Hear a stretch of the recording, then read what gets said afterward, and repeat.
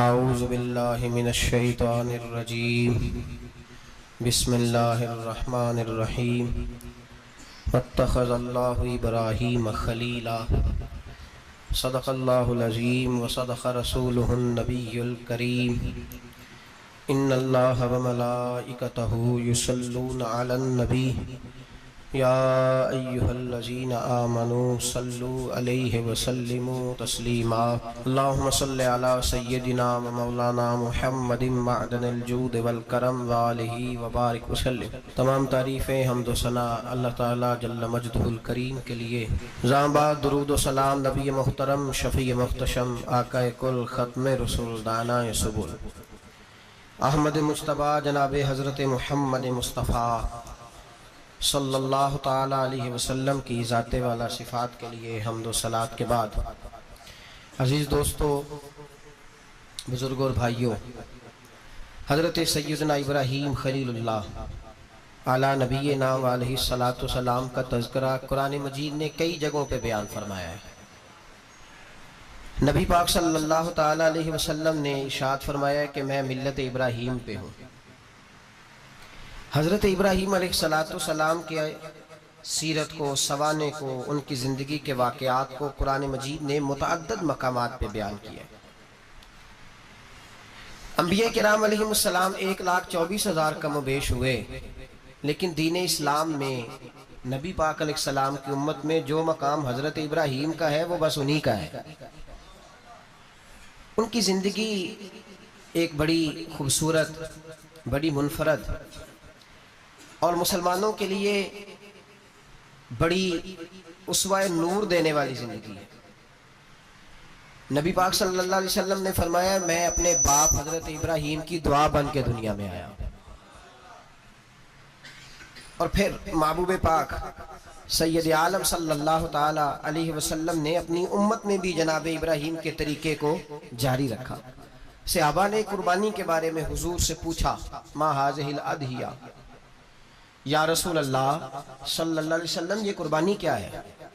تو فرمایا سنت ابیکم ابراہیم، یہ تمہارے باپ حضرت ابراہیم کا طریقہ ہے، یہ تمہارے باپ حضرت، حالانکہ قربانی نبی پاک صلی اللہ علیہ وسلم کا بھی طریقہ ہے، لیکن فرمایا تمہارے باپ حضرت ابراہیم کے ذکر کو باقی رکھا۔ اللہم صلی علی محمد وعلی آل محمد کما صلیت علی ابراہیم وعلی آل ابراہیم، ان کے تذکرے کو باقی رکھا دین کے اندر۔ حضرت ابراہیم بڑی امتیازی شان والے نبی ہیں، بڑی امتیازی شان والے۔ رب کریم کا وہ دوست جس نے کوئی چیز بچا کے نہیں رکھی، ہر شے ہی اپنے رب کی بارگاہ میں پیش کر دی۔ چند چیزوں سے انسان کو بڑا پیار ہوتا ہے، گھر اسے بڑا پیارا ہوتا ہے، وہ بڑا خوبصورت ہوٹل، 5 سٹار ہوٹل میں رہا، وہ اسلام آباد گیا، کسی سفر پہ گیا تو بڑے اعلیٰ قسم کے اس کو کھانے ملے، بڑی چیزیں ملی، لیکن کبھی دائیں کروٹ کبھی بائیں کروٹ۔ تو ساتھ بیڈ پہ دوست تھا تو اس نے کہا صاحب سو جاؤ، تو اس نے کہا یار جو مزہ اپنے گھر میں سونے کا ہے وہ کسی اور جگہ تھوڑی ہے۔ گھر بڑا پیارا ہوتا ہے، انسان لگاؤ ہوتا ہے، جس بے تکلفی سے، سکون سے، آرام سے انسان اپنے گھر میں وقت بتاتا ہے، کہیں اور مشکل ہو جاتا ہے۔ دوسرا، انسان کو اولاد بڑی پیاری ہوتی ہے، بڑی عجیب شے، نہ ہو تب بھی بڑا دکھ ہے، اور ہونے کے بعد بھی اس کی بڑی آزمائشیں ہیں۔ یہ بڑی ایک میٹھی چیز ہے۔ اولاد ایک بڑا عجیب سا میوہ ہے، پتہ نہیں یہ کس انجیکشن کا نام ہے کہ چھاتی پر چڑھ جائے تو اللہ سکون عطا فرما دیتا ہے، پتہ نہیں کس ٹھنڈی دولت کا نام رب کریم نے اولاد رکھا ہے، بڑی پیاری ہوتی ہے اولاد۔ پھر تیسری چیز انسان کی اپنی جان ہے، اور یہ اتنی قیمتی شے ہے کہ اللہ کریم نے فرمایا کہ اگر تیری گردن پہ کوئی آدمی پستول رکھ کے، تلوار تیرے گلے پہ رکھ کے کہے نا کہ رب کا انکار کر دے ورنہ مار دوں گا، تو فرمایا وقتی طور پہ میری ذات کا انکار کر پر جان بچا جا۔ اگر تم مرنے کے قریب ہو گیا ہے اور حرام شے کھائے بغیر تو بچ نہیں سکتا، مر جائے گا، تو فرمایا چل تو اس طرح کر حرام کھا کے جان بچا، پر جان بچانا فرض ہے، ضروری ہے۔ وطن بڑا پیارا، اولاد بڑی پیاری، جان بڑی پیاری، پر حضرت ابراہیم سے رب کریم نے فرمایا چل ابراہیم کوئی چیز دے، تو کہا یا اللہ تینوں ہی تیرے نام پہ قربان کرتا ہوں، تیری ہوئی ساری، ہر شے تیری۔ حضرت ابراہیم نے دین کے لیے، آپ شہر بابل کے قریب پیدا ہوئے تھے، وہاں سے مصر آئے، مصر سے فلسطین آئے، اور فلسطین سے آ کر کے کعبہ آباد فرمایا۔ زندگی سفروں میں گزری، سفر ایک تکلیف والی چیز ہے، پر حضرت ابراہیم نے وطن چھوڑ دیا، گھر چھوڑ دیا۔ جان بڑی عزیز ہوتی ہے اصل میں نا، جب انسان جد و جہد کرتا ہے نا دین کے لیے، تو اس کے رستے میں بڑی چیزیں آتی ہیں، کبھی اولاد، کبھی گھر، کبھی باہر، کبھی حکومتیں، کبھی سیاستیں، کبھی چدراہٹیں، اس کے رستے میں بڑا کچھ آتا ہے، اور اسے ہر چیز کو فیس کرنا پڑتا ہے۔ گھر کے اندر بھی جنگ ہوتی ہے اور گھر کے باہر بھی لڑائی ہوتی ہے، یہ آسان ہے ہی نہیں۔ ہم تو خیر ہتھیار چھوڑ کے پھینکنے والے لوگ ہیں، ہم بھولے بھالے لوگ ہیں، ہم کہتے ہیں میں نے تو کہا تھا مہندی نہ کرو، پر بیٹے نہیں مانے، بولے جو ہوئے۔ اسی طرح حالانکہ اگر وہ بیٹا کہے نا کہ ابا جی لاؤ زندگی میں سارا کچھ میرے نام کرو، تو پھر ہم بھولے نہیں ہوتے، اور اس وقت ہم تیز ہوتے ہیں، کہتے ہیں یہ کیسے ہو سکتا ہے، ہاتھ کاٹ کے دے دوں۔ اس وقت نہیں، دین کے معاملے میں بھولے ہوتے ہیں۔ بیٹا بد مذہب کے پاس جا رہا ہے تو اس وقت ہم بھولے بھالے ہیں، کوئی عرض نہیں، لیکن اگر وہ اپنی پسند کی شادی کرے ہمیں کراس کر کے، پھر ساتھ ہی ہم تیز ہو جاتے ہیں۔ تو حضرت ابراہیم نے جب دین کے لیے نکلے تو جد و جہد کی، گھر کے اندر بھی گھر کے باہر بھی۔ آپ کے والد کا نام طارق ہے، وہ توحید پرست تھے، ایماندار تھے، پرہیزگار تھے۔ آپ کے چچا کا نام آزر ہے، وہ بت پرست تھے، بت بیچا کرتے تھے۔ حضرت سیدنا ابراہیم علیہ السلام جب میدان عمل میں نکلے تو حضرت ابراہیم علیہ السلام نے اپنے گھر سے جہاد شروع کیا، لڑنا پڑا۔ گھر کے اصولوں سے چچا نے جو رواج بنائے ہوئے تھے اس رواج سے ٹکرائے، فرمایا میں اپنے گھر کے اندر یہ بت پرستی نہیں ہونے دیں گا۔ چچا کو ایک دفعہ نہیں بار بار 100 دفعہ سمجھایا۔ آپ کا چچا بت بنا کے بیچا کرتا تھا۔ حضرت ابراہیم علیہ السلام تھوڑے بڑے ہوئے تو کہنے لگا کہ چلو میرے ساتھ، تم بھی بت بیچنے ہیں، ہمارا کاروبار ہے۔ حضرت ابراہیم ساتھ نکلے تو بت پکڑا ہے، گندے پانی کے اندر اس بت کو ڈبوتے ہیں، کہتے ہیں کسی نے خریدنا تو خرید لو، نہ یہ نفع دے سکتا ہے نہ نقصان دے سکتا ہے، جو اپنا آپ نہیں بچا سکتا تمہیں کیا بچائے گا، خریدنا ہے تو خرید لو۔ چچا کہنے لگا تو کاروبار چمکا رہا ہے کہ تباہ کر رہا ہے۔ گھر میں بڑے معاملات خراب ہوئے، جھگڑے ہوئے، لیکن حضرت ابراہیم علیہ السلام ایک منٹ کے لیے بھی اپنے گھر کے اندر بھی کمپرومائز کرنے کو تیار ہے۔ یہ تھوڑا مشکل میں نے پہلو چھیڑ دیا ہے، یہ تھوڑا مشکل پہلو چھیڑ دیا ہے۔ بڑا سمجھدار آدمی ہے پر بیوی سے پردہ نہیں کرا سکتا، سیانا ہے، پنچایت کا بندہ ہے، جو اس سے آپ کہیں گے وہ بات یہ سنائے گا، لیکن کہتا ہے نہیں جی میں نے کوشش کر لی ہے۔ کس قسم کی کوشش ہے صاحب، کیسے ہو گیا؟ حضرت ابراہیم علیہ السلام نے گھر کے اندر سے فرمایا نہیں کرنے دوں گا، گھر کے اندر بھی ٹکرائے، فرمایا تم جو بھی ہو پاش پاش کیا چچا کے اصولوں کو، اور باہر جب نکلے تو صرف علاقے کے چیئرمین سے نہیں ٹکرائے، ایم پی ایم این اے وزیر مشیر سے نہیں ٹکرائے، سپر پاور نمرود دنیا کا واحد حکمران تھا اس وقت، دوسرا کوئی حکمران ہی نہیں تھا، اکیلے حکمران سے جا کر ٹکرائے، کوئی ساتھ فوج نہیں تھی، کوئی ساتھ ان کے طاقت بظاہر دنیا داری کی کوئی نہیں تھی، پر حضرت ابراہیم جا کے ٹکرائے، اور میرے رسول پاک صلی اللہ علیہ وسلم نے سند بیان کی، فرمایا افضل الجہاد کلمۃ الحق عند سلطان الجابر، فرمایا سب سے افضل جہاد یہ ہے کہ تو ظالم بادشاہ کے سامنے کھڑے ہو کے حق بات بیان کر دے، یہ سب سے بڑا جہاد ہے، یہ سب سے افضل الجہاد ہے کلمۃ الحق عند سلطان الجابر، سب سے بڑا جہاد ہے۔ حضرت ابراہیم کھڑے ہو گئے، سپر پاور سے ٹکرائے۔ یہاں ہم لوگ حکمتوں کا شکار ہیں، دیکھیں گے، کریں گے، سوچیں گے، اور مولوی صاحب کو ویسے کہتے ہیں آپ پرہیز کریں سیاسی باتوں سے۔ بھئی اللہ کے ہر نبی نے جا کے وقت کے ظالم حکمران کو لتاڑا ہے، للکارا ہے، یہ تو مشن انبیاء ہے۔ حضرت سیدنا ابراہیم علیہ السلام نے اس کو جا کے کہا کہ تو جھوٹ بولتا ہے، تو جھوٹا ہے، تو خدائی کا دعویٰ کرتا ہے، تو بہت بڑا ظالم ہے، اور قرآن مجید نے اس ساری بات کو بیان فرمایا۔ حضرت ابراہیم علیہ السلام سے کہنے لگا میں رب ہوں، تو آپ نے فرمایا میرا رب تو وہ ہے جو زندہ کرتا اور مارتا ہے، تو پھر آپ حق بات بیان کریں گے تو اللہ مارے گا کہ بندہ مارے گا؟ کچھ بھی نہیں ہوتا، کیونکہ زندگی موت کس کے ہاتھ میں ہے؟ اللہ کے ہاتھ میں، زندگی موت اللہ، کچھ بھی نہیں ہوتا۔ انسان صحیح سمت کا تعین کرے اور صحیح چلے۔ حضرت علی شیر خدا سے کسی نے کہا تھا کہ آپ کے بڑی دشمنی ہے، کوئی محافظ رکھ لیں، آپ فرمانے لگے موت خود بہت بڑی محافظ ہے، وقت سے پہلے آتی ہی نہیں، بڑی محافظ ہے. وقت سے پہلے علامہ نورانی رحمۃ اللہ تعالیٰ علیہ کراچی جیسے شہر میں رہا کرتے تھے جہاں گام گام پہ خطرہ تھا. لوگوں نے کہا حضرت اتنے بڑے لیڈر ہو, آپ کی جماعت کی 62 سیٹیں ہوئی قومی اسمبلی میں, ایک ایسا وقت بھی آیا تو کوئی ایک آدمی بندوق والا, آپ فرمانے لگے مجھے ضرورت ہی نہیں, اس لیے کہ جس خدا رسول کے لیے میں نکلا ہوں وہ خود ہی حفاظت کرنے والے ہیں, ضرورت نہیں ان چیزوں. تو بھائی حضرت ابراہیم ٹکرائے اور آپ کا انداز کیا ہے, جا کے کہا کہ تو نہیں, خدا وہ ہے جو زندہ کرتا. اور اس نے ایک بیوقوفوں جیسی دلیل دی. ایک آدمی کو کل پھانسی دینی تھی تو اس کو بلایا, کہنے لگا تجھے کب پھانسی ہے؟ اس نے کہا کل. کہنے لگا جا تجھے ذات کیا زندگی دی, اس کو چھٹی دے دی. ایک عام آدمی بیچارہ بیٹھا تھا, اس کو پکڑ کے نا کہنے لگا اس کی گردن اڑا دو. کہنے لگا دیکھ لو میں بھی زندہ کرتا اور مارتا ہوں, وہ جو کل مرنے والا تھا میں نے زندہ کر دیا ہے, اور جس کو پتہ ہی نہیں تھا کہ میں نے مرنا ہے اسے پکڑ کے میں نے مار دیا ہے. یہ بیوقوفوں جیسی دلیل ہے. حضرت سیدنا ابراہیم علیہ السلام چاہتے تو اسی وقت دلیل توڑ دیتے کہ تو کیا بیوقوفوں جیسی بات کر رہا ہے, اگر تو زندگی دیتا ہے تو مرے ہوئے میں جان ڈال کے دے جس کو تو نے مارا ہے. لیکن حضرت ابراہیم نے دیکھا کہ بیوقوف ہے, بیوقوفوں سے بحث نہیں ہوتی, دلیل بدل لی جاتی ہے, ان کی عقل کے مطابق بات کی جاتی ہے. حضرت ابراہیم فرمانے لگے میرا رب وہ ہے جو سورج مشرق سے نکالتا ہے اور مغرب میں غروب کرتا ہے, تو اگر رب ہے تو تو مغرب سے نکال کے مشرق میں غروب کر. فبہت الذی کفر, کافر لاجواب ہو گیا, اس کے پاس اس چیز کا کوئی جواب نہیں تھا. علامہ اسماعیل حقی نے خوبصورت فقرہ لکھا ہے, خوبصورت جان ڈال دی ایک جملہ کہہ کے. حضرت سیدنا علامہ اسماعیل حقی رحمۃ اللہ علیہ فرمانے لگے چونکہ نمرود بیوقوفوں جیسی باتیں کر رہا تھا, اگر وہ یہ کہہ دیتا نا کہ میں سورج کو نکالتا ہوں مشرق سے, میں غروب کرتا ہوں معاذ اللہ مغرب میں نکالتا ہوں, تو آپ اپنے رب سے کہیے کہ وہ مغرب سے نکال کے مشرق میں غروب کرے.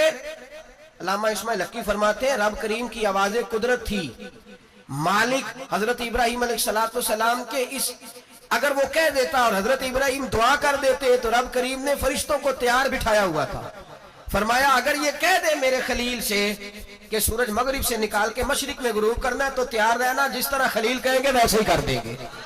وَاتَّخَذَ اللَّهُ إِبْرَاهِيمَ خَلِيلًا, ابراہیم ہمارا دوست جو ہوا, جیسے کہے گا ویسے کر دیں گے. حضرت سیدنا ابراہیم علیہ السلام کی باتوں کا جب جواب نہ دے سکا, دلیل نہیں بندہ دیتا, پھر لڑائی کرتا ہے, پھر جھوٹے موٹے اعتراض کرتا ہے. دلیل ختم ہوتی ہے تو لوگ ذاتیات میں اترتے ہیں, کہتے ہیں یہ کھانستا صحیح نہیں, دیکھتا صحیح نہیں. دلیل ختم, اب ذاتیات پہ اترے, کہنے لگے مجھے پتہ چلا ہے کہ یہ فلانی جگہ گیا تھا تو وہاں جا کے اس نے اس طرح کیا ہے.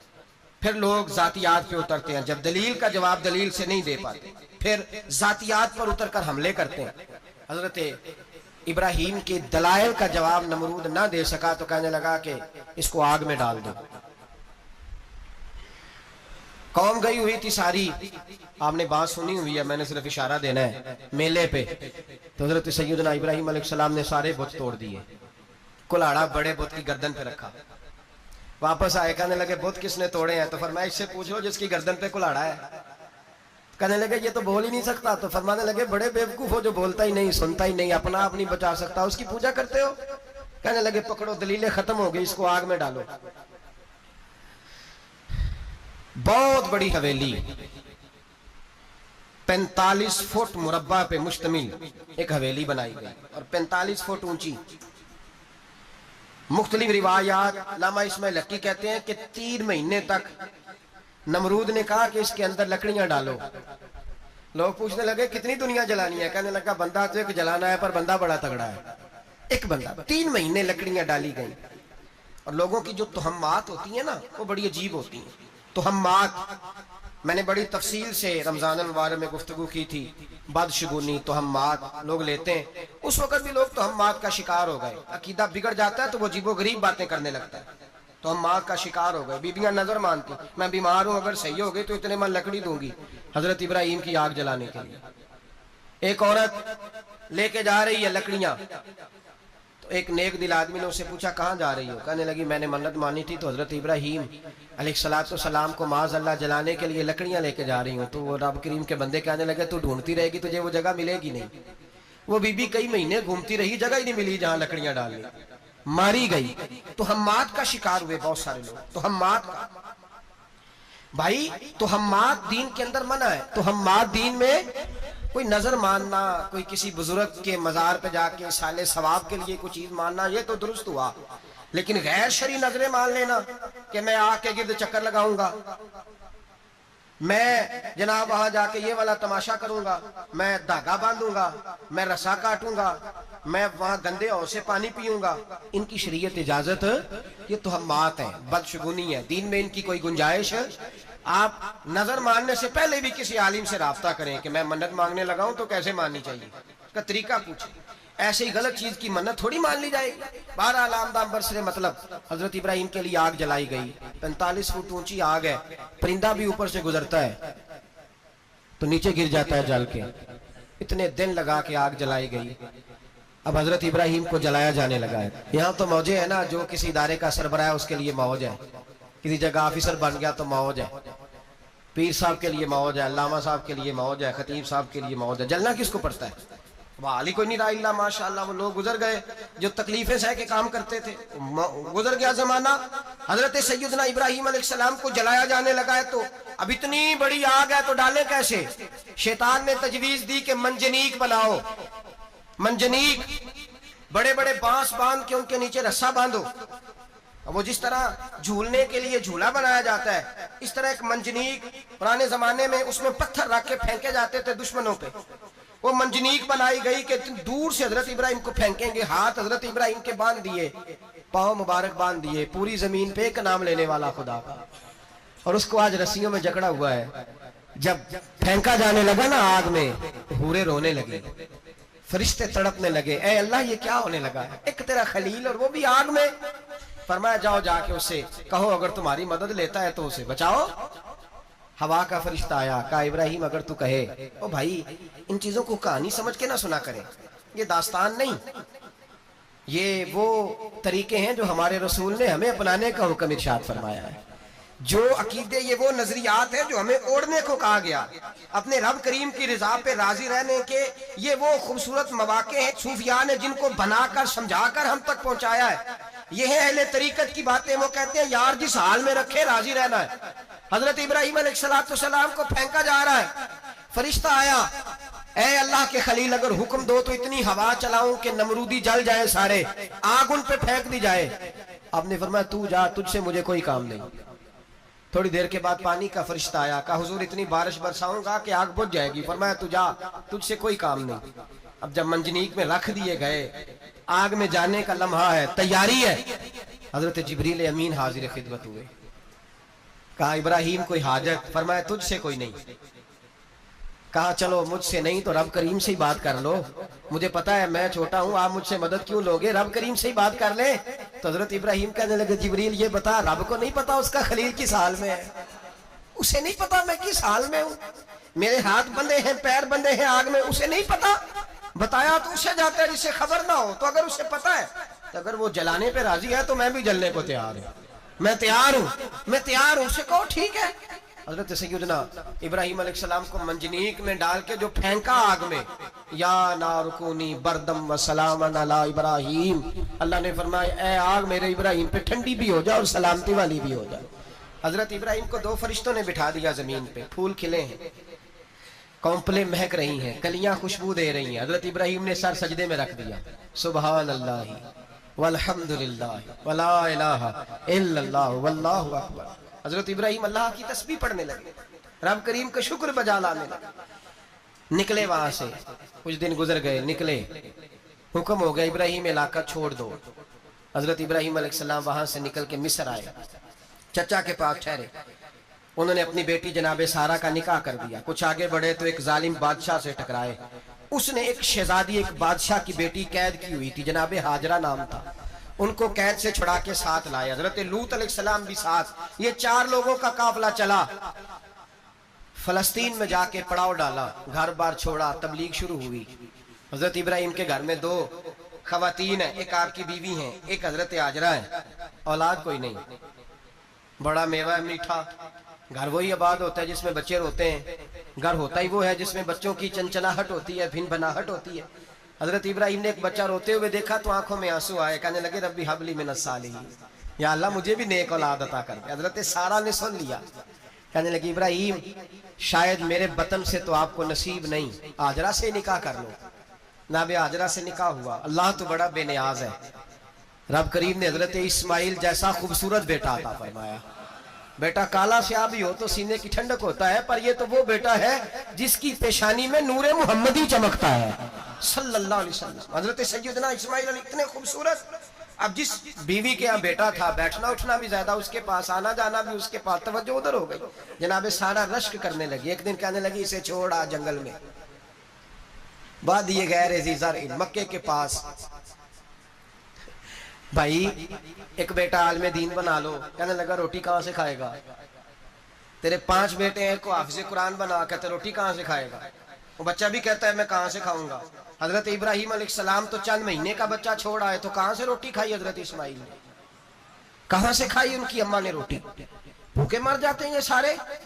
میں بڑی ذمہ داری سے کہا کرتا ہوں کہ جتنی خوبصورت روٹی اللہ کریم دین کے خادموں کو عطا کرتا ہے شاید کسی اور کے نصیب ہوتی ہو، لیکن ہم لوگ توجہ ہی نہیں کر رہے، ہمارا ذوق ہی نہیں بن رہا، ہم یہ محنت ہی نہیں کر رہے کہ قوم کو مستند علماء کی ضرورت ہے، علاقوں کے علاقے خالی ہیں، ادھر ہمارا مزاج ہی نہیں بن رہا، توجہ ہی نہیں دین کی خاطر۔ اور پھر چلے بچے تو بعد کی بات ہے نا، جو ابھی خود جوان ہے وہ بھی یہ دعا، ایک صاحب مجھے کہنے لگے میں دعا مانگ رہا ہوں اللہ مجھے بیٹا دے تو میں اسے دین پہ لگاؤں گا، تو میں نے کہا آپ بھی بوڑھے نہیں ہوئے، آپ خود ہی لگ جائیں، بیٹا تو ابھی آئے گا تو لگے گا نا، تو آپ تو اس وقت ہے تو آپ تو پہلے لگے نا صاحب، 2 گھنٹے تو نکال کے آئے، دین سیکھنے کو کافی ہے۔ آپ اتنی لمبی سوچ رہے ہیں کہ بچہ آئے گا تو بڑا ہوگا تو وہ جائے گا تو دیکھی جائے گی، ابھی تو آپ ہیں تو آپ تو آؤ۔ حضرت ابراہیم نے بچہ وہاں چھوڑا۔ یہاں سے جو عمرہ کرنے لوگ جاتے ہیں نا، جو حج کرنے جاتے ہیں، ان کو پتا ہے کہ وہاں دنیا کی ہر نعمت ملتی ہے، پھر بھی ڈبل ٹرپل پیسے لوگ جیبوں میں ڈال کے جاتے ہیں۔ حضرت ابراہیم جب وہاں لے کے گئے تو کوئی انسان نہیں تھا، پانی کا قطرہ نہیں تھا، 2 کلو کھجور ایک مشکیزہ، بیوی کو تھمایا۔ ہمارے گھر میں ہزاروں چیزیں پڑی ہیں لیکن وہ جو توکل ہے نا وہ ختم ہو گیا ہے۔ اللہ دے گا، حلال حلال پہ قناعت کرے، جائز جائز پہ بھروسہ کرے، رب کریم عطا کرنے والا ہے، وہ مزاج ختم ہو گیا۔ حضرت سیدنا ابراہیم علیہ السلام 2 کلو کھجوریں ایک مشکیزہ پانی کا دے کر کے اور وہاں بٹھایا آپ نے اپنے بچے کو اور اپنی زوجہ جناب ہاجرہ کو، اور بٹھا کر کے یہ واپس پلٹنے لگے تو حضرت ہاجرہ سلام اللہ علیہ نے آواز دی، کہا ابراہیم کس کے سہارے پہ چھوڑ کے جا رہے ہیں؟ جہاں آب زمزم کا کنواں ہے نا، جو لوگ گئے ہیں جنہوں نے صفا مروہ کی صحیح کی ہے، صفا مروہ سے باہر نکلے نا، سرکار کی ولادت کا مقام ہے، اس جگہ پہ آب زمزم کا کنواں تھا، وہاں حضرت سیدنا ہاجرہ کو بٹھایا، کوئی چیز نہیں، کوئی درخت نہیں، کوئی کھیت نہیں، کوئی پانی نہیں، کوئی کنواں نہیں، وہاں بٹھایا اور بٹھا کر کے نکلنے لگے تو جناب ہاجرہ فرمانے لگے ابراہیم کس کے سہارے پہ چھوڑ کے جا رہے ہیں؟ کہنے لگے اللہ کے سہارے پہ۔ تو پاک باز بی بی نے ایک لفظ پوچھا، کہا ابراہیم یہ میرے رب کا حکم ہے، یہ میرے بس جن کا عقیدہ توحید مضبوط ہو ان کے لیے ایک جملہ کافی ہوتا ہے، یہ میرے اللہ کا حکم ہے؟ تو جناب ابراہیم علیہ السلام فرمانے لگے ہاجرہ ہاں رب کا حکم ہے۔ جب یہ لفظ کہے تو چاہیے تھا نا حضرت ابراہیم تسلی دیتے، تو بی بی صاحبہ تسلی دینے لگی، عرض کرنے لگی ابراہیم اگر اللہ کا حکم ہے تو پھر آپ ہماری فکر نہ کرنا، اگر یہ رب کا حکم ہے تو پھر ہماری فکر نہ کرنا، جس رب نے ہمیں یہاں تک پہنچایا ہے وہ ہمیں کبھی بھی ضائع نہیں فرمائے گا، پھر فکر نہ کرنا۔ حضرت ابراہیم آ گئے، بات آپ نے سنی ہوئی ہے، اشارہ کرنا مقصود ہے۔ 13 سال میں چلے مان بھی لیا جائے بعض روایات کی روشنی میں کہ آتے جاتے بھی رہے، لیکن مکمل دیکھ بھال اپنے بچے کی پرورش میں پورا حضرت ابراہیم علیہ السلام کا کردار، سارا کردار ماں کا تھا۔ میں جب خواتین کے بارے میں کوئی بات کرتا ہوں تو میں آپ کو اکثر کہتا ہوں کہ یہ صرف بیوی کے لیے حکم نہیں ہوتا، یہ ٹریننگ بیٹی کو دینی اور بہن کو دینی ہے، یہ تربیت کرے اپنے گھر میں۔ میں تجربے کی روشنی میں یہ بات عرض کیا کرتا ہوں کہ بھائی بچے باپ کے فرما بردار اس وقت ہوتے ہیں جب اماں انہیں باپ کا فرما بردار کرتی ہے، اور بچے باپ کے نافرمان بھی تب ہوتے ہیں جب اماں انہیں باپ کا۔ میں نے اپنے کانوں سے سنا ایک دفعہ ایک بچہ اپنے باپ سے کہہ رہا ہے آپ نے تو ساری زندگی باہر گزار دی، پیسے کمانا کون سا مشکل کام ہے، دکھ سکھ تو سارے اماں نے برداشت کیے، سکولوں میں وہ جاتی تھی، فلانا کام وہ کرتی تھی، فلانا کام۔ اب یہ سوچ اس کی ذاتی تو نہیں، یہ اس کو دی گئی ہے، اور اگر اس کو یہ سوچ دے دی جائے کہ اماں کہے کہ میں تو اپنوں میں رہی ساری زندگی، میں نے تو اپنوں میں وقت گزارا، اور تیرا باپ تو کئی دفعہ جنازے بھی نہیں پڑھ سکا، نے تو ماں باپ ایسے دفن کر دیا، وہ اگر یہ سوچ فراہم کرے تو پھر بچہ باپ کا فرما بردار ہوتا ہے. اور یہ والی روایتیں ہم بیوی کو سناتے ہیں، حالانکہ کس کو سنانی چاہیے؟ بولیے. بہن اور بیٹی کو. بہن اور بیٹی کو سنائیں یہ باتیں، ان کو سمجھائیں، تاکہ آگے جا کے وہ جو گھر ترتیب دے وہ گھر بڑا عمدہ اور نکھرا ہوا ہو. حضرت سیدنا ابراہیم 13 سال کے بعد آئے، چونکہ گھر میں اللہ تبارک و تعالیٰ کی دوستی کا چرچا تھا، اللہ تبارک و تعالیٰ کی محبوبیت کا غلبہ تھا. 13 سال کے بعد فلما بالغ معہ سعیا، بیٹا جب اتنا بڑا ہوا کہ ساتھ چلنے لگا، تو حضرت ابراہیم نے اپنے بیٹے کو بلا کے کہا بیٹا مجھے خواب آئی ہے، میں تجھے ذبح کر رہا ہوں، تیری کیا رضا ہے؟ تو حضرت اسماعیل کہنے لگے یا ابت افعل ما تؤمر، ابا جی اللہ جیسے حکم دیتا ہے میرے ساتھ ویسے ہی کرے، جیسے اللہ حکم دیتا ہے ویسے ہی، بولیے، ویسے ہی کرے. حضرت حاجرہ کو کہا کہ ایک دوست نے دعوت کی ہے تو وہاں جا رہے ہیں. بی بی مطمئن ہے، تفصیلات کی ضرورت نہیں، ختم بات، اعتبار ہے، مطمئن ہو گئی. شیطان پیچھے سے آیا اماں کے پاس. ذرا تھوڑی دیر کے لیے تصور جمائیے، یہاں تو پڑوسن آ کے کوئی بات بتا دیتی ہے خاوند کے بارے میں تو کئی مہینے جھگڑا جاری رہتا ہے. پڑوسن محلے دار، شیطان نے آ کے بتایا لفظ کیا ہے؟ کہا حضرات تمہیں پتہ ہے کہاں جا رہے ہیں؟ کہا دوست کی دعوت میں. تو کہنے لگے دوست کون ہے؟ رب کریم. اور ابراہیم کا خیال ہے کہ اس رب نے مجھے حکم دیا ہے کہ میں ذبح کروں. تو حضرت حاجرہ کہنے لگی کبھی باپ بھی بیٹا ذبح کرتے ہیں؟ شیطان کہنے لگا ان کا خیال ہے کہ ان کے رب نے حکم دیا ہے. جناب حاجرہ فرمانے لگی اگر رب نے حکم دیا تو پھر تو مجھے شیطان لگتا ہے، تو مجھے شیطان لگتا ہے. کا کیا مطلب؟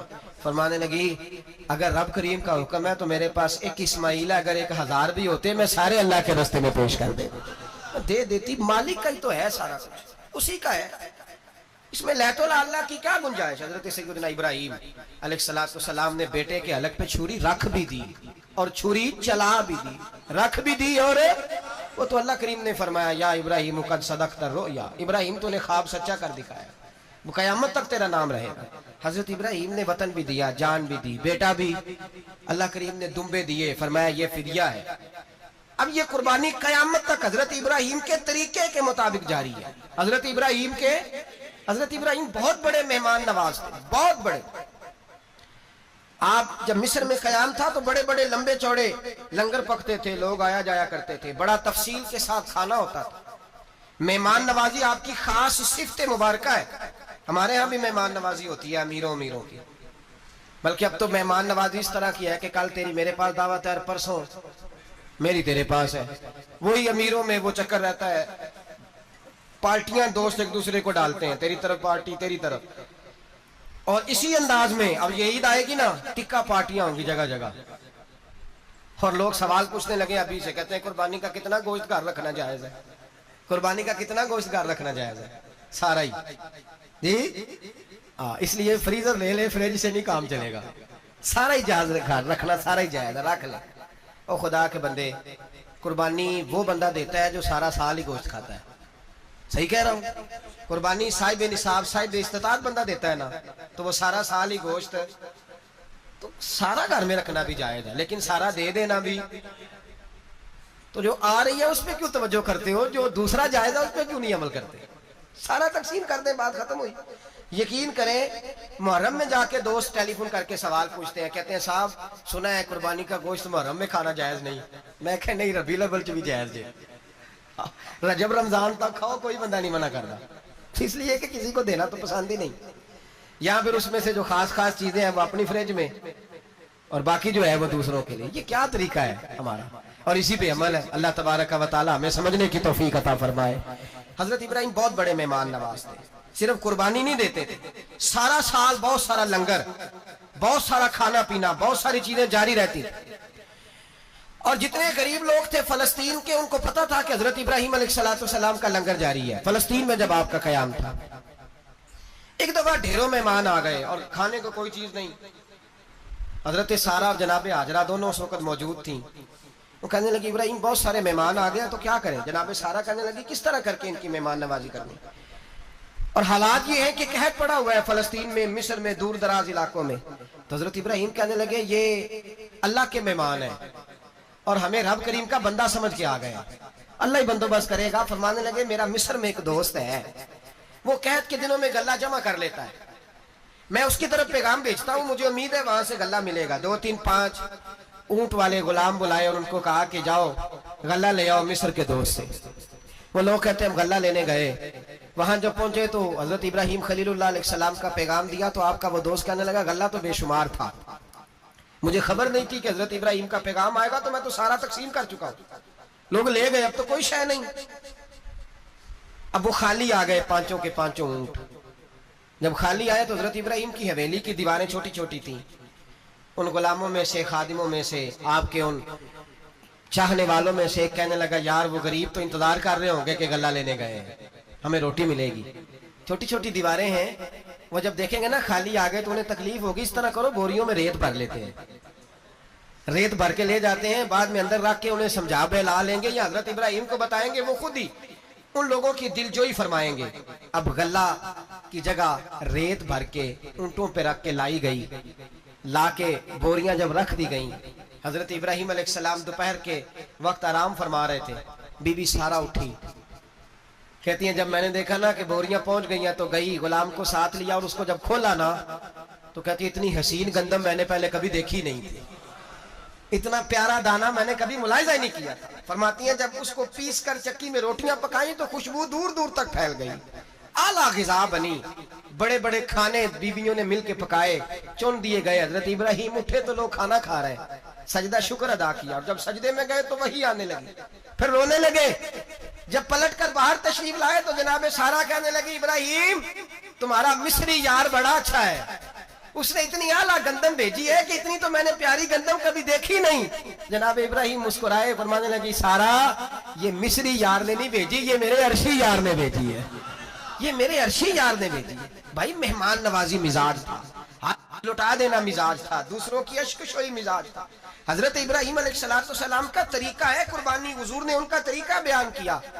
اگر سال کے بعد قربانی دینا ان کا طریقہ ہے تو سارا سال غریبوں کو روٹی دینا بھی حضرت ابراہیم کا طریقہ ہے. سارا سال غریب کی نوکری کرنا یہ بھی حضرت ابراہیم کا طریقہ ہے.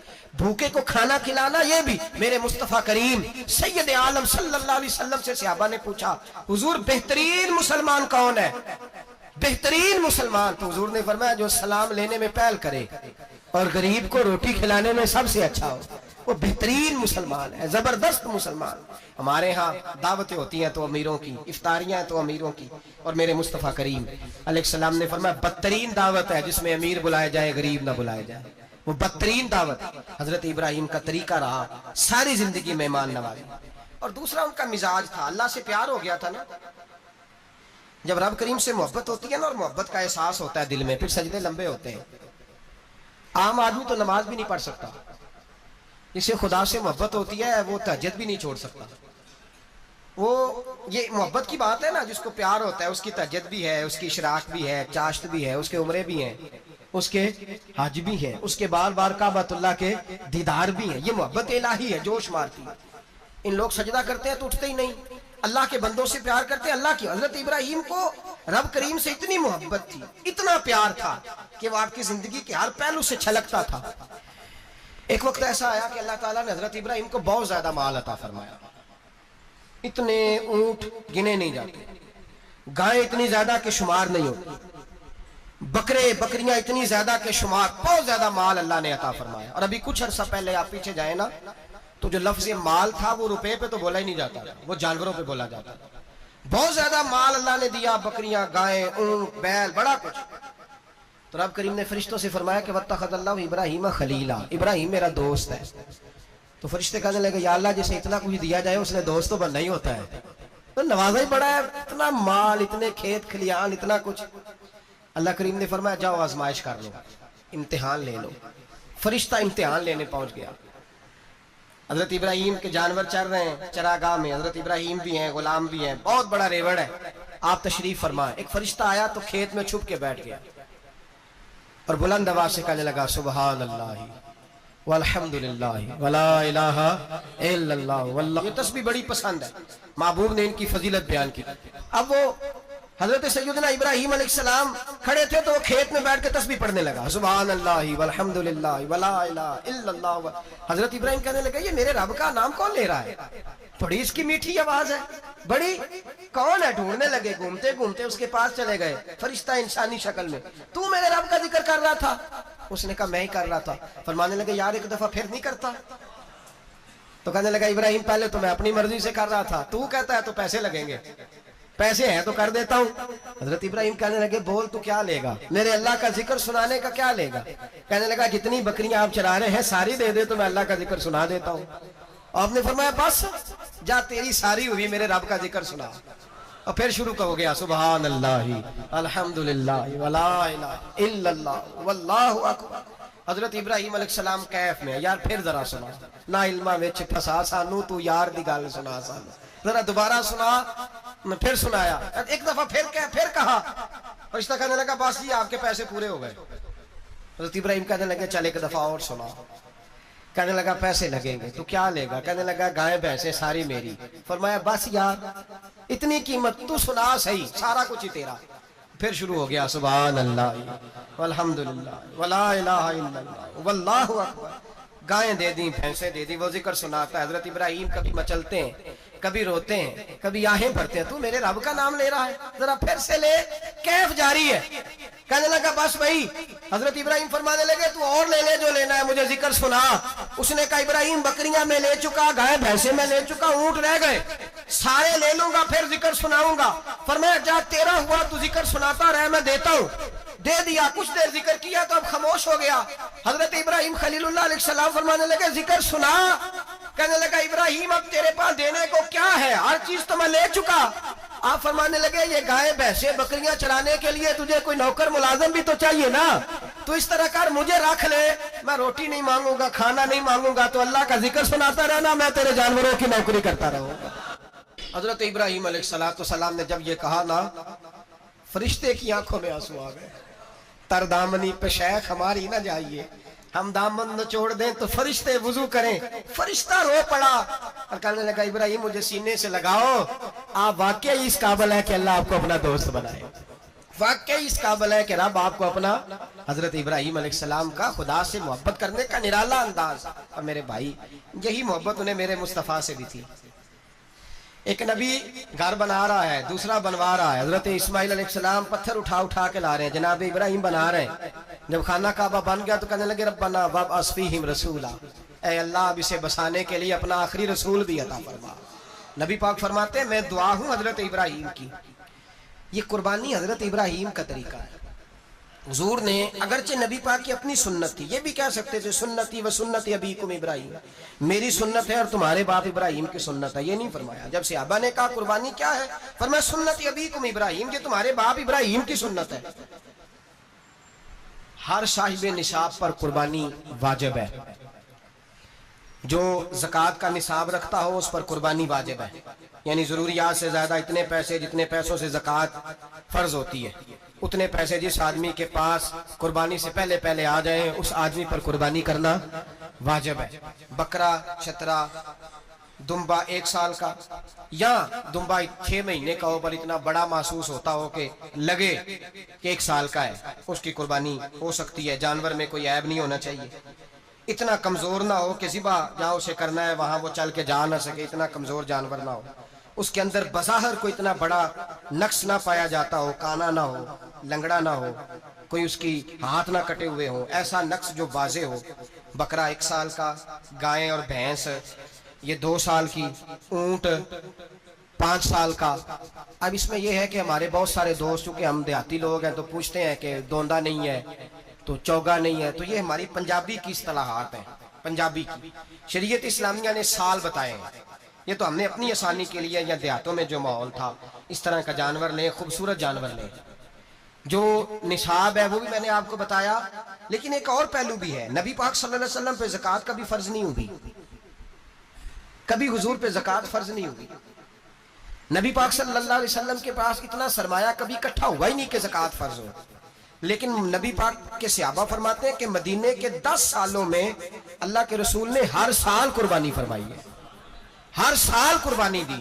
اور جس سال حضور حج کرنے گئے اس سال اللہ کے نبی نے 63 اونٹ ذبح فرمائے، اور حضور صلی اللہ علیہ وسلم جب اونٹ ذبح کرنے لگتے نا تو صحابہ کہتے ہیں اونٹ خود دوڑ کے حضور کے سامنے آ کے لیٹ جاتا، اور نبی پاک اسے ذبح کرتے اور فرماتے ہیں ایک دوسرے کو دھکے دیتے ہیں اونٹ کے، پہلے میں نے جانا ہے ذبح ہونے کے لیے، پہلے میں نے، انہیں پتا تھا کہ جو مصطفیٰ کے ہاتھوں ذبح ہوگا وہ تو دائمی زندگی پا جائے گا، یہاں بھی وہاں بھی زندہ۔ 63 اونٹ ذبح کیے، ایک اونٹ میں کتنی قربانیاں ہوتی ہیں؟ 7۔ اب 63 کو 7 سے ضرب دو گے تو کتنی بنے گی؟ اور پھر نبی پاک صلی اللہ علیہ وسلم نے 10 سال مدینہ منورہ میں قربانی دی، ہر سال۔ اب وہ 63 اونٹ، ایک اونٹ میں 7 قربانیاں، ہر سال یہاں قربانی، اور مولا علی شیر خدا فرماتے ہیں نبی پاک 2 قربانیاں دیتے۔ میں نے کہا حضور 2 جانور ذبح کر رہے ہیں آپ، تو حضور نے فرمایا ایک میری طرف سے، ایک میری امت کی طرف سے، غریبوں کی طرف سے۔ اور حضرت علی کو حضور نے وصیت فرمائی تو 2 دیا کرے گا۔ یا رسول اللہ صلی اللہ علیہ وسلم میں غلام ہوں، خادم ہوں۔ حضور نے فرمایا علی ایک تو نے اپنی دینی ہے، ایک میری طرف سے دینی ہے۔ 2 قربانیاں۔ مولا علی نے بھی ساری زندگی 2 قربانیاں دی۔ حضرت علی بھی مال کے نصاب نہیں تھے، اپنا مکان ہی نہیں تھا، کوئی کاروبار نہیں تھا، کئی دن فاقے رہتے تھے، پر قربانیاں کتنی دیتے تھے؟ 2۔ ہمارے پاس ویسے اگر سسرال میں، میکے میں، کزنوں میں کوئی شادی ہو جائے تو 50-60 ہزار کا خرچہ برابر ہے، وہ پکا ہے۔ اور قربانی کی باری غریب ہو گئے، سارے غریب ہو گئے، کہتے نہیں یہاں مشکل ہے۔ او خدا کے بندے، اللہ کے ساتھ تجارت کر، اس کے رستے میں 1 دے گا، رب تجھے 70 گنا اضافہ کے ساتھ عطا فرمائے گا۔ قربانی مال کے نصاب پہ ہے۔ کوشش کیا کریں کہ اللہ کے رستے میں جب دینا ہو پھر لیت اللہ سے بچیں، خوبصورت جانور لائیں جن کو اللہ نے توفیق دی ہے، ان کے لیے نصیحت ہے جن کو اللہ نے توفیق دی۔ میں نے اپنے حضرت صاحب کو دیکھا ہے، وہ کہتے تھے کئی جانور اللہ نے بڑا نوازا ہے، کہتے ایک میرا ہے، ایک میرے ماں کا، ایک میرے باپ کا ہے، ایک میرے فلاں استاد صاحب کا، ایک میرے پیر صاحب کا ہے۔ یہ جانور غوث اعظم جیلانی کا نام کا دے رہا ہے۔ اور پھر ایک بڑا خوبصورت جانور بندہ ہوتا اور حضرت خود ان کو چارہ ڈال رہے ہوتے، تو حضور یہ کیا ہے؟ فرمانے لگے یہ میں رسول اللہ کے نام پہ قربان کروں گا، یہ نبی پاک کے نام پر قربان کیا جائے۔ جن کو اللہ نے حیثیت دی ہے وہ کوشش کریں اپنے محبوب کی طرف سے بھی قربانی کریں، نبی پاک کے نام کی قربانی دے، خوبصورت سا جانور پیارا، پھر اس کی خدمت ہو، پھر اس کی قربانی دی جائے اور نبی پاک کے نام پر قربانی دی جائے۔ حضور نے خود وصیت فرمائی حضرت ابو بکر صدیق کو، قربانی بڑا حسین عمل ہے۔ اور میرے نبی پاک صلی اللہ علیہ وسلم نے ناراضگی بھی فرمائی، ذرا خوگر حمد سے تھوڑا سا گلہ بھی سن لے۔ میرے حبیب نے فرمایا جو طاقت کے باوجود قربانی نہ کرے وہ ہماری عیدگاہ میں عید کی نماز پڑھنے نہ آئے، وہ نہ آئے۔ اور یا رسول اللہ جو کرے گا، فرمایا قربانی کے جانور کا خون کا قطرہ بعد میں زمین پہ گرے گا، اللہ اس کے سارے گناہ پہلے معاف فرما دے گا، اللہ اس کے سارے گناہوں کو بخشے گا۔ قربانی کریں، خوبصورت انداز میں کریں، اللہ کی رضا کے لیے۔ بزرگوں نے لکھا ہے 3 حصے کرو گوشت کے، ایک گھر میں رکھو، ایک رشتہ داروں میں بانٹو، پڑوسیوں میں بانٹو، اور تیسرا فقط غریبوں کو دو۔ لیکن میں اکثر یہ سوچتا ہوں کہ ہمارے ہاں قربانی کرتا ہی وہ ہے جن کے گھر میں ہر جمعرات کو چھوٹا گوشت پکتا ہے، اور جن کے گھر میں ہفتے میں 3 دفعہ مرغی کا گوشت پکتا ہے، وہی تو قربانی دینے کے قابل ہوتے ہیں۔ تو وہ بھی اگر قربانی کے بکرے میں سے بھی تیسرا رکھنا چاہیں تو اجازت تو ہے، میں نے کہا سارا رکھنے کی بھی اجازت ہے، لیکن اگر آپ مہربانی کریں، کوشش کریں کہ یار ہم تو سارا سال ہی کھاتے ہیں، اور ہمارے ہاں جو گوشت تقسیم ہوتا ہے نا وہ بھی باری لگی ہوئی ہے، ادھر سے پلیٹ آئی تھی گوشت کی تو ادھر سے بھر کے چلی گئی، بھئی اس نے کی ہے، اس کو بار بار گوشت دینے کا کیا مطلب ہے؟ آپ یہ دیکھیں عزیزوں میں، رشتہ داروں میں، اور میں اگر تھوڑا سا آپ کی توجہ کرانے میں کامیاب ہو جاؤں تو سفید پوش لوگوں کو دیکھیں، کچھ سفید پوش ہیں، سفید پوش جن کے اوپر قرضے ہیں، بیماریوں نے جکڑ لیا ہے، گھر میں بڑے بڑے سخت مریض آ گئے ہیں، سفید پوش پہلے دیا کرتے تھے۔ آپ ان سے پوچھتے ہیں صاحب قربانی، تو بات کو ٹالتے ہیں، وہ کہتے ہیں سوچ رہا ہوں کوئی حصہ ڈال۔ ایک میری طرح کا دیندار تھا جو چہرے کا تو نیک تھا، اندر پتہ نہیں کیا کچھ تھا۔ ایک طوائف گزر رہی تھی، اس نے اس کو تبلیغ کر دی، کہنے لگا بس کر دے، سیانی بن جا۔ تو کسی دانشور نے لکھا ہے اس نے بڑا سخت جواب دیا اس عورت نے، کہنے لگی بابا میں تو جو ہوں وہ نظر بھی آ رہی ہوں، تو بتا جو تو نظر آتا ہے وہ تو ہے کہ نہیں؟ اس بندے نے چیخ ماری اور بے ہوش ہو کے گر پڑا۔ تو لوگوں نے کہا بابا آج کسی صوفی کا کلام سنا ہے جو بے ہوش ہو گیا؟ تو اس نے کہا نہیں، آج طوائف کی بات سنی ہے، طوائف کی۔ اور وہ عجیب بات کر گئی ہے، وہ کہہ گئی ہے میں تو جو ہوں میں نظر آ رہی ہوں، تو بھی تو بتانا، تو بتانا کہ تو دستار امامت پہنتا ہے،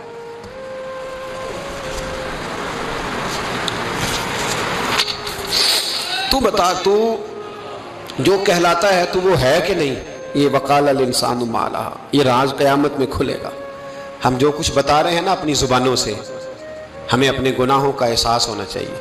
ایسا نہ ہو کہ جب سزا ملے تو پھر اس طرح کی ملے کہ دوبارہ کسی کو کوئی منہ دکھانے کے قابل نہ رہے. میرے بھائی یاد رکھیں اور سمجھیں، گناہ انسان کی زندگی کو تنگ کرتے ہیں. میرے نبی پاک علیہ السلام نے فرمایا جب تو جھوٹ بولتا ہے تو تیرے فرشتے کرامن کاتبین سائیڈ پہ ہو کے کھڑے ہو جاتے ہیں. جب تو زنا کرتا ہے تو تیرے اندر سے ایمان نکل جاتا ہے. اور نبی پاک علیہ السلام نے فرمایا جب میری قوم میں ناانصافی عام ہو جائے گی تو قتل بھی عام ہو جائے گا. اور سن لو لکھ لینا یہ حدیث دل کی تختی پر. نبی پاک علیہ السلام نے فرمایا جب میری قوم میں بے حیائی اور بدکاری عام ہو جائے گی تو 2 سزائیں اللہ دے گا. ایک تو جوان موتیں آئیں گی، جوان بچے کچھ بھی نہیں دیکھا چلے گئے. اور دوسری سزا اللہ یہ دے گا کہ ایسی بیماریاں آئیں گی جن کا علاج نہیں ملے گا، ایسے امراض پھوٹ پڑیں گے. اگرچہ میں آپ کو ایسی تقریر بھی سنا سکتا تھا جس پہ آپ بہت زیادہ محظوظ ہوتے، پر میں نے اس جمعے میں ایسا موضوع چنا ہے جس کا ہمیں خاص ضرورت ہے. بھائی دیکھیں تو صحیح کہ ایسا تو نہیں کہ ہم ان عیبوں میں مبتلا ہیں. میرے نبی کریم علیہ السلام نے فرمایا جب تم نیکی کا حکم دینا اور برائی سے منع کرنا چھوڑ دو گے پھر اللہ تم پر ظالم حکمران مسلط کرے گا. اور اگلے لفظ اس سے بھی زیادہ سخت ہیں. محبوب فرمانے لگے پھر تمہاری نیک لوگ دعائیں بھی کریں گے تو اللہ وقتی طور پر ان کی دعاؤں کو بھی قبول نہیں فرمائے گا. اس لیے کہ تم لوگوں نے نیکی کا حکم دینا اور بھلائی سے روکنا چھوڑ دیا. عزیزو یاد رکھو جب گناہ عام ہوتے ہیں تو پھر حالات بدلتے ہیں اور لوگوں کو سزا ملتی ہے ان کے گناہوں کی. بلکہ یہاں تک لکھا ہے کہ نیت خراب ہو تو سزا شروع ہو جاتی ہے. کیا خراب ہو؟ بولیے گا. نیت بھی خراب ہو تو سزا. حضرت رومی کہتے ہیں کہ ایک بادشاہ کو پتہ چل گیا کہ ایک آدمی نے بڑا اچھا باغ لگایا ہے، خوبصورت باغ ہے، مالٹے کا کنوں کا باغ بڑا پیارا. تو بادشاہ نے کہا ذرا جا کے دیکھتا ہوں. بادشاہ سلامت باغ دیکھنے آئے. تو اب وہ مزدور آدمی تھا، عام آدمی تھا جس نے باغ لگایا، کسان تھا. اس کو کہا کہ چند کنوں توڑ کے لایا تو بڑے پیارے لگے. 1-2 اور لایا، کھائے، بڑے میٹھے، بڑے پیارے، بڑے توانا، بڑا مزہ آیا. تو بادشاہ کے دل میں خیال آیا کہ اس پہ قبضہ نہ کر لوں باغ پہ. ہمارے ہاں نا کرائے پہ دکان دیتا نا مالک، تو جب کسی غریب کی چل جاتی ہے کہتا ہے تو خالی کر، میں نے خود ڈال لی ہے. چل گئی نا اس کی. حالانکہ رزق اپنے اپنے نصیب کا ہے، رزق اپنے اپنے نصیب کا ہے، جس کو اللہ تعالیٰ چاہتا ہے عطا کرتا ہے. تو اس کو کہا کہ اور توڑ کے لا. اور دل میں خیال ہے کہ یار اتنا اچھا باغ ہے قبضہ کر لیتے ہیں. ہماری حکومتیں قبضہ کر لیتی ہے کہ کوئی چیز اچھی لگ جائے. اب وہ کسان 2-3 کنوں توڑ کے لایا، اس نے کھائے تو کھٹے نکلے، ترش تھے. کہنے لگا تجھے کیا ہو گیا ہے؟ تو بندہ بڑا صاحب دل تھا، کہنے لگا میں تو ٹھیک ہوں، آپ اپنی نیت سے پوچھیں کہیں خراب تو نہیں ہو گئی. تو کنوں میں بھی اس کا اثر آ گیا ہے. اپنی نیت تو نیتیں بگڑ جائیں نا، نیتیں. اب ایک بات کہنے لگا ہوں، غور سے سننا. جب تک 2 بھائی اکٹھے کاروبار کرتے ہیں نیت ہوتی ہے کہ ہمارا گھر چلے گا، تب تک اللہ برکت دیتا ہے. اور جب اپنی اپنی جیبیں سمیٹنے لگ جاتے ہیں نا کہ یہ میرا 5000 ہے، آج میں گیا تھا اگرائی کرنے، یہ میرا 10,000 ہے، آج میں نے محنت زیادہ کی. جب وہ ٹٹولنے لگتے ہیں پھر اس دکان سے بھی برکت اٹھ جاتی ہے، پھر وہاں سے بھی برکت چلی جاتی ہے. فَإِنَّ لَهُ مَعِيشَةً ضَنْكَ. فرمایا جب تو میں منہ پھیر لیتا ہے پھر تیری زندگی اللہ تنگ کر دیتا، پھر وہاں سے بھی برکت، خوبصورتی، اثر اٹھ جاتا ہے. ایک سنار نے گلی میں ایک یتیم چھوٹے سے بچے کو گھومتے دیکھا تو سنار بے اولاد تھا، بچے کو اٹھا کے گھر لے آیا. 18 سال اس بچے کی پرورش کی، اس کو پالا پوسا، جوان کیا. سنار کے پاس وہ دکان پہ چلا جاتا، وہ کئی دفعہ دکان پہ رہتا، کئی دفعہ گھر میں رہتا. ایک دفعہ وہ دکان پہ تھا، بچہ گھر تھا، 18 سال کا جوان. اس کی بیوی اکیلی تھی. وہ جس نے ماں بن کے پالا تھا اس نے اسی پہ حملہ کر دیا، اس کا بازو بری نیت سے تھاما. بیوی چیخی. تھوڑی دیر گزری تو وہ نوجوان پیروں میں بیٹھ گیا، کہنے لگا اماں پتہ نہیں مجھے کیا ہوا.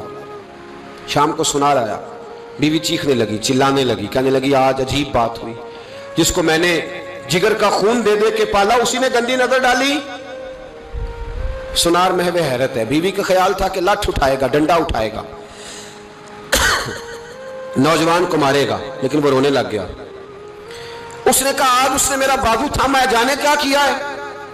پریشان ہونے لگ گیا، سجدے میں گر گیا. کہا تو بتاتا کیوں نہیں؟ تو وہ سنار کہنے لگا اس کی غلطی نہیں، 18 سال کے بعد آج مجھ پر بھی شیطان سوار ہوا تھا. ایک عورت آئی تھی, وہ اپنے بازوؤں میں چوڑیاں پہننا چاہتی تھی, تو میں نے بھی گندی نظر سے ہاتھ ڈالا تھا. رب کریم نے مجھے فوراً اس کی سزا دی. جن کے گھروں میں بیٹیاں ہوتی ہیں ان کی نظریں گندی نہیں ہوتی. جو بیٹیوں کے باپ ہوتے ہیں, جو بہنوں کے بھائی ہوتے ہیں, ان کی نظریں گندی.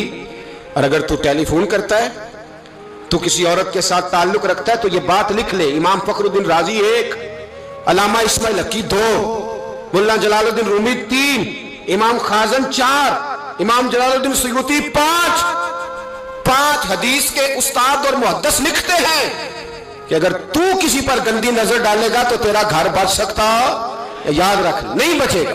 اس لیے کہ تیری نظر کسی کی بیٹی کو بیٹی سمجھ, تاکہ تیری بچی کا پردہ قائم رہے. کسی کی بہن کو, یہ کیا بات ہوئی کہ تو جتنا مرضی گند معاشرے میں پھیلاتا رہے تیرا گھر بچا رہے, یہ کیسے ہو سکتا ہے؟ فَإِنَّ لَهُ مَعِيشَةً ضَنْكَ. اللہ فرماتے ہیں زندگی تنگ ہو جائے گی تیرے لیے مشکل. تو ڈھونڈتا پھرے گا کہ میں مرنے کو جگہ تلاش کروں. سچی توبہ کرے, کھری توبہ کرے. یہ گناہ انسان کو مجبور کر دیتے ہیں. حضرت عبداللہ بن مبارک رحمۃ اللہ تعالی علیہ, ان کے سینکڑوں شاگرد تھے. ایک شاگرد کے انتقال کا وقت آیا تو گھر گئے ملنے. آپ کہتے ہیں میں نے زور لگا لیا پر اس کی زبان پر کلمہ جاری نہیں ہوا. میں اسے کہتا کلمہ پڑھ پر اس کی زبان پر جاری. اللہ اکبر, بہت بڑی نعمت ہے. دعا فرمائیں اللہ ایمان کی موت عطا فرمائے, ایمان کی موت دے اللہ کریم, ایمان کی موت دے. ایسے بھی لوگ دیکھے ہیں, مسجد نبوی ہے, رسول اللہ کا شہر ہے, سر سجدے میں ہے, روح پرواز کر گئی.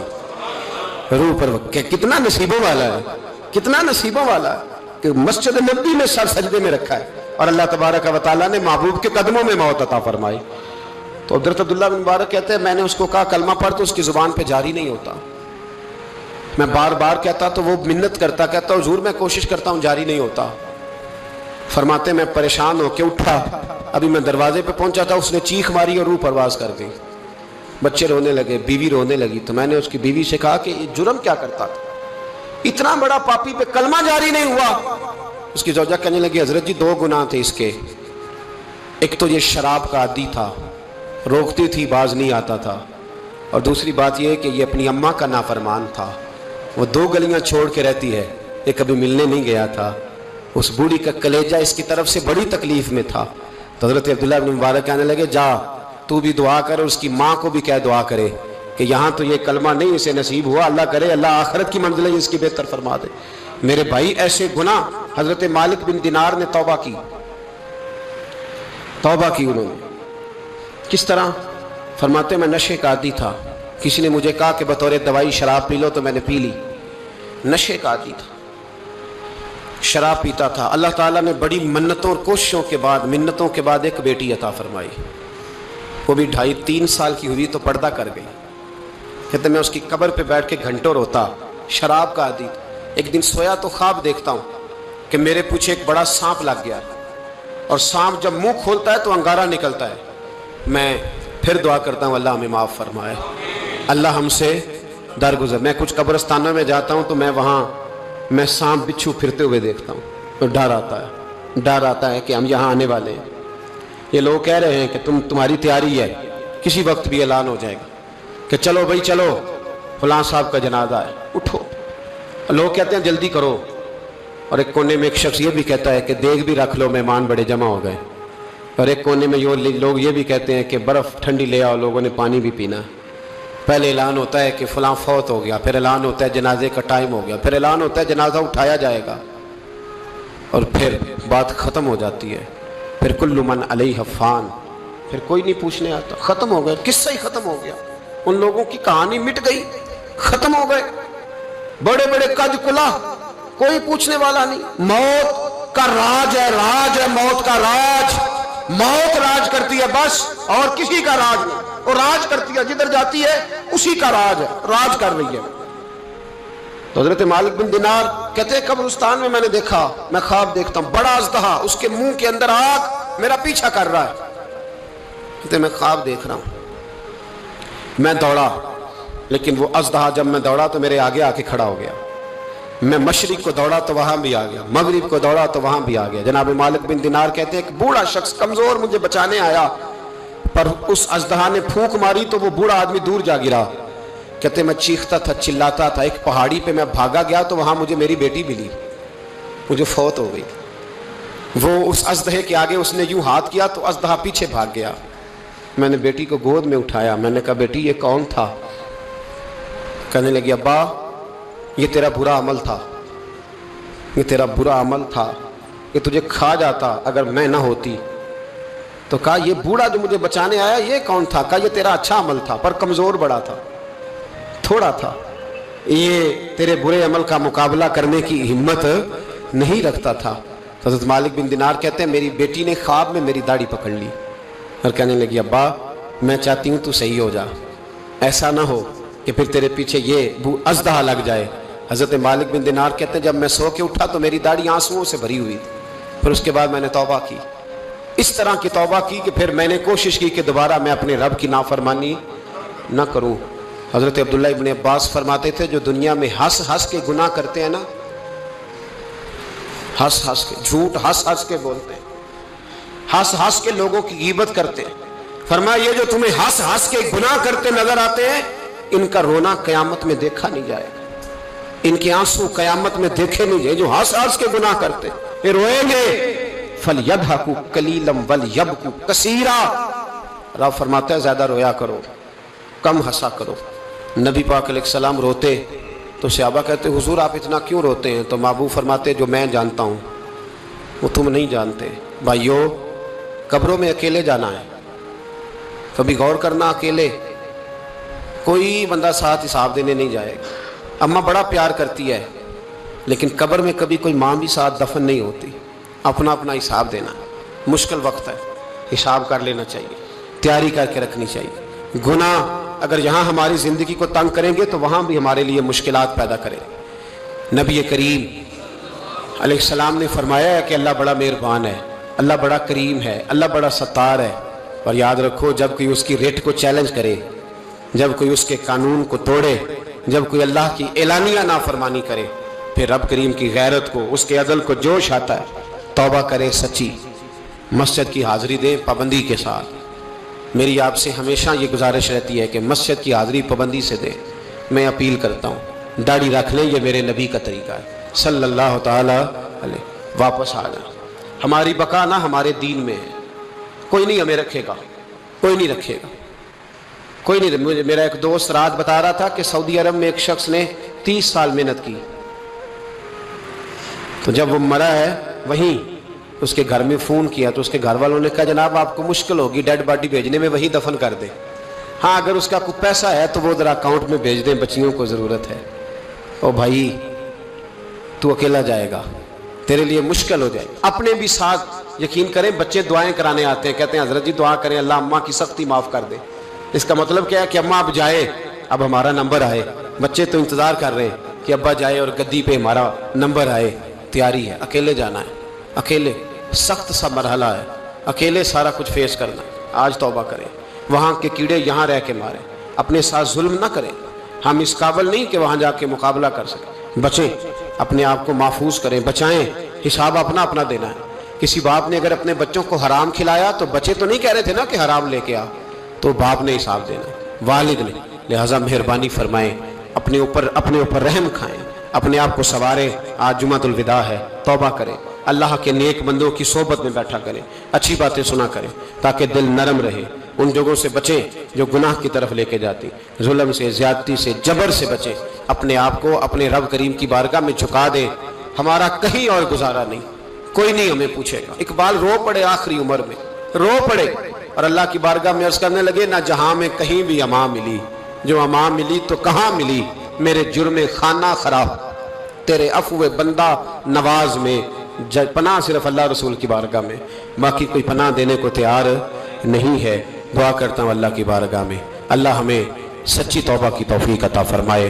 مولاي صل وسلم دائما ابدا على حبيبك خير الخلق كلهم مولاي صل وسلم دائما أبدا على حبيبك خير الخلق كلهم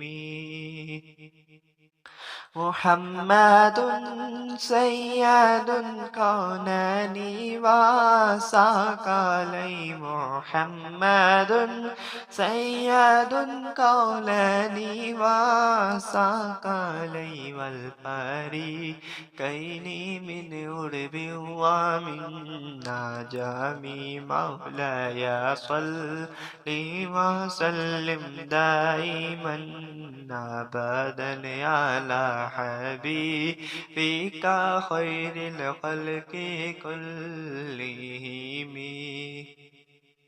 هو الحبيب الذي ترجى شفاعته هو الحبيب الذي ترجى شفاعته لكل هول من الأهوال مقتحم مولاي صل وسلم دائما أبدا على حبيبك خير الخلق كلهم فاق النبيين في خلق وفي خلق فاق النبيين في خلق وفي خلق ولم يدانوه في علم ولا كرم مولاي صل وسلم دائما أبدا على حبيبك خير الخلق